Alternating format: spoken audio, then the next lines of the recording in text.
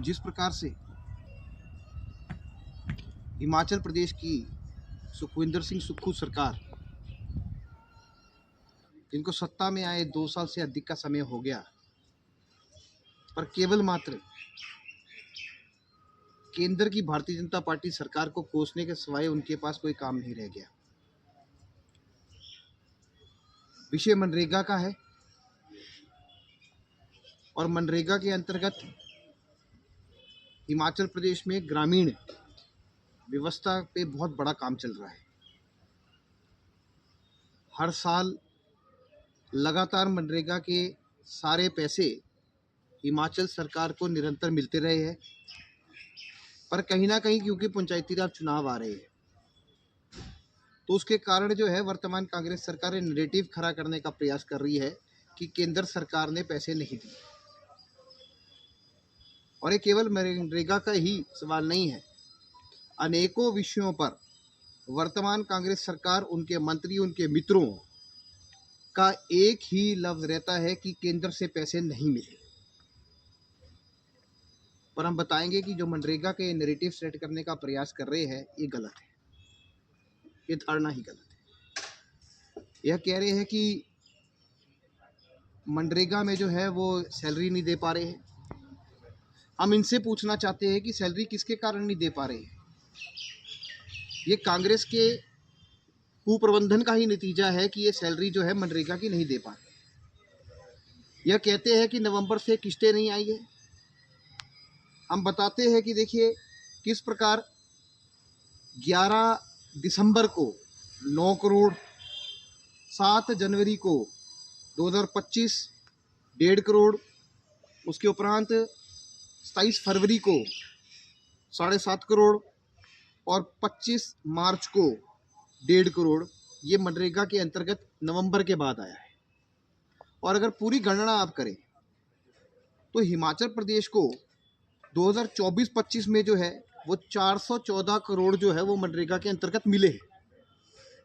अब विषय है समझने का कि जो ये बकाया मांग रहे हैं वो पैसा क्यों नहीं आया होगा।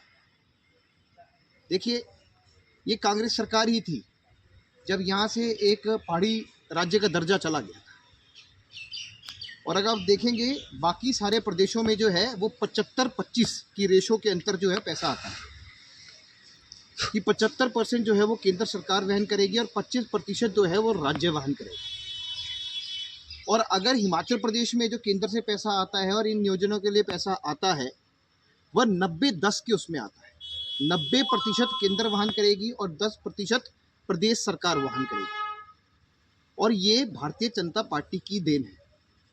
भारतीय जनता पार्टी की केंद्र शासित सरकार ने ही ये स्टेटस हिमाचल प्रदेश को दिया है। कांग्रेस ने तो ये उल्टा छीन लिया था।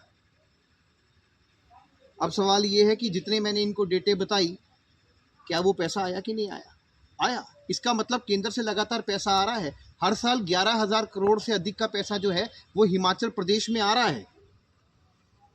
पर वर्तमान सरकार केवल यही कहेगी कि पैसा नहीं आ रहा है।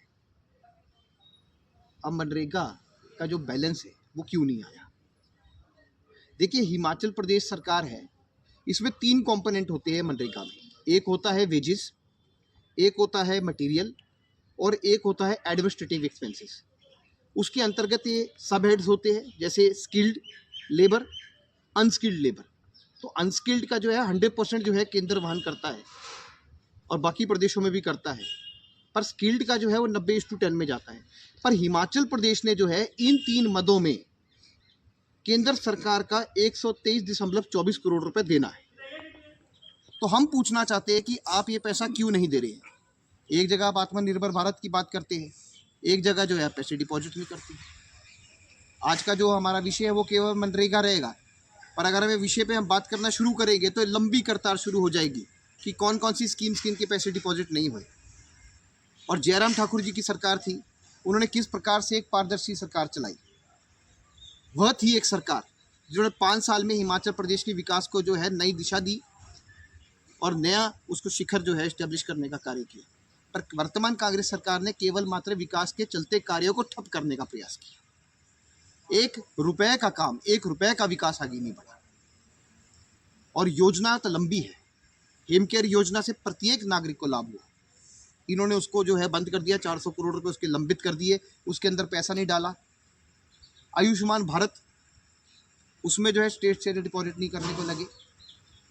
और जितनी भी स्कीम्स यहाँ पे चल रही है, चाहे आप राशन से ले लीजिए, चाहे आप रस्तों से ले लीजिए, चाहे प्रधानमंत्री ग्राम सड़क योजना की ले लीजिए, और अगर आप मेंशन करना शुरू करोगे, ये तकरीबन 55 स्कीम्स है जिनका पैसे डिपॉजिट नहीं करते। तो इस कुप्रबंधन के जिम्मेवार केवल मात्र वर्तमान कांग्रेस सरकार है, जिसके कारण आज हिमाचल प्रदेश उल्टे पांव पीछे की ओर चल रहा है और प्रगति नहीं हो पा रही। और मनरेगा में केवल मात्र पंचायती राज चुनाव को लेकर जो है नैरेटिव सेट करने का प्रयास कर रहा है।